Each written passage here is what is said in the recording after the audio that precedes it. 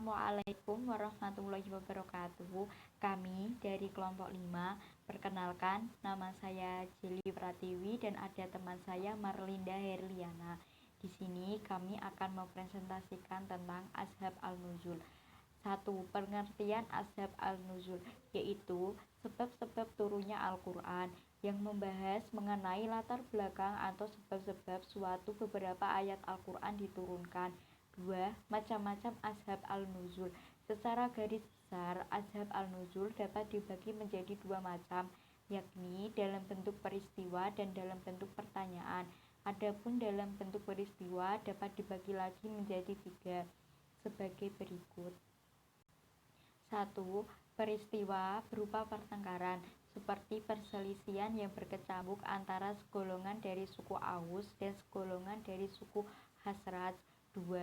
Peristiwa berupa kesalahan yang serius, seperti peristiwa seorang yang mengimami sholat sedang dalam keadaan mabuk.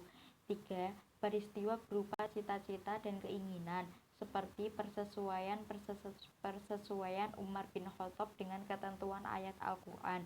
Adapun Ashab al-Nuzul dalam bentuk pertanyaan dapat juga dibagi menjadi tiga macam sebagai berikut. 1. Pertanyaan yang berhubungan dengan sesuatu yang telah lalu, seperti pertanyaan tentang Dzulkarnain. 2. Pertanyaan yang berhubungan dengan sesuatu yang berlangsung pada waktu itu. 3. Pertanyaan yang berhubungan dengan masa yang akan. Ungkapan-ungkapan asbab al-nuzul. Redaksi yang jelas atau sahih menunjukkan sebab nuzul dibagi menjadi tiga tingkatan. 1. Diungkapkan dengan bahasa sebab. Sababun nuzul al-ayah kaza. Sebab diturunkan ayat ini adalah redaksi yang jelas-jelas mengandung pengertian penyebab diturunkannya sebuah ayat dan tidak memiliki kemungkinan makna lain. Diungkapkan dengan fa jawab setelah menerangkan peristiwa terkait dengan penurunan ayat. 2. Jawaban Rasul Shallallahu Alaihi Wasallam atas sebuah pertanyaan yang diajukan kepada beliau. Jawab ini tidak diungkapkan dengan menggunakan redaksi sebab atau fa jawab, tapi dapat dipahami dari konteks pertanyaan dan berdasarkan ayat yang diturunkan. 3. Redaksi yang tidak jelas menggunakan makna sebab nuzul atau gharir sharih, tidak menggunakan bahasa sebab, tidak menggunakan huruf fa jawab, dan tidak dalam konteks jawaban Rasul atas sebuah pertanyaan yang diajukan kepadanya. Poin yang keempat yaitu urgensi dan kegunaan asbab al-nuzul. Urgensi asbab al-nuzul antara lain: 1. Penegasan bahwa Al-Quran benar-benar dari Allah Subhanahu wa Ta'ala. 2. Penegasan bahwa Allah benar-benar memberikan perhatian penuh pada Rasulullah Shallallahu Alaihi Wasallam dalam menjalankan misi risalahnya. 3. Penegasan bahwa Allah selalu bersama para hambanya dan dengan menghilangkan duka cita mereka. 4.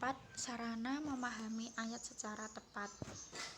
Yang kelima, mengatasi keraguan ayat yang diduga mengandung pengertian umum.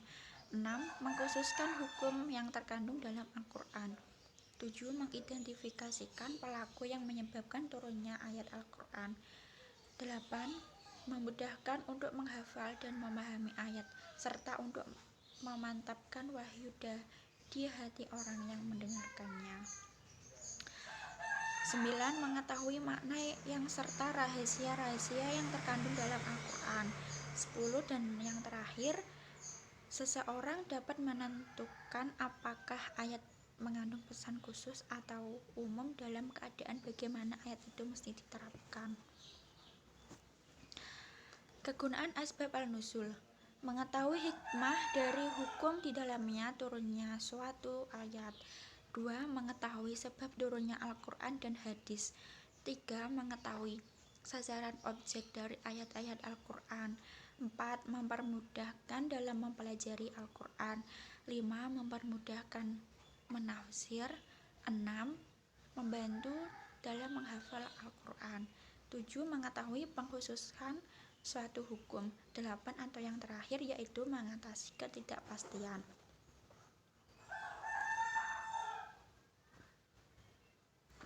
Sekian dari kelompok kami. Apabila ada kesalahan, kami mohon maaf. Sekian dan terima kasih. Wassalamualaikum warahmatullahi wabarakatuh.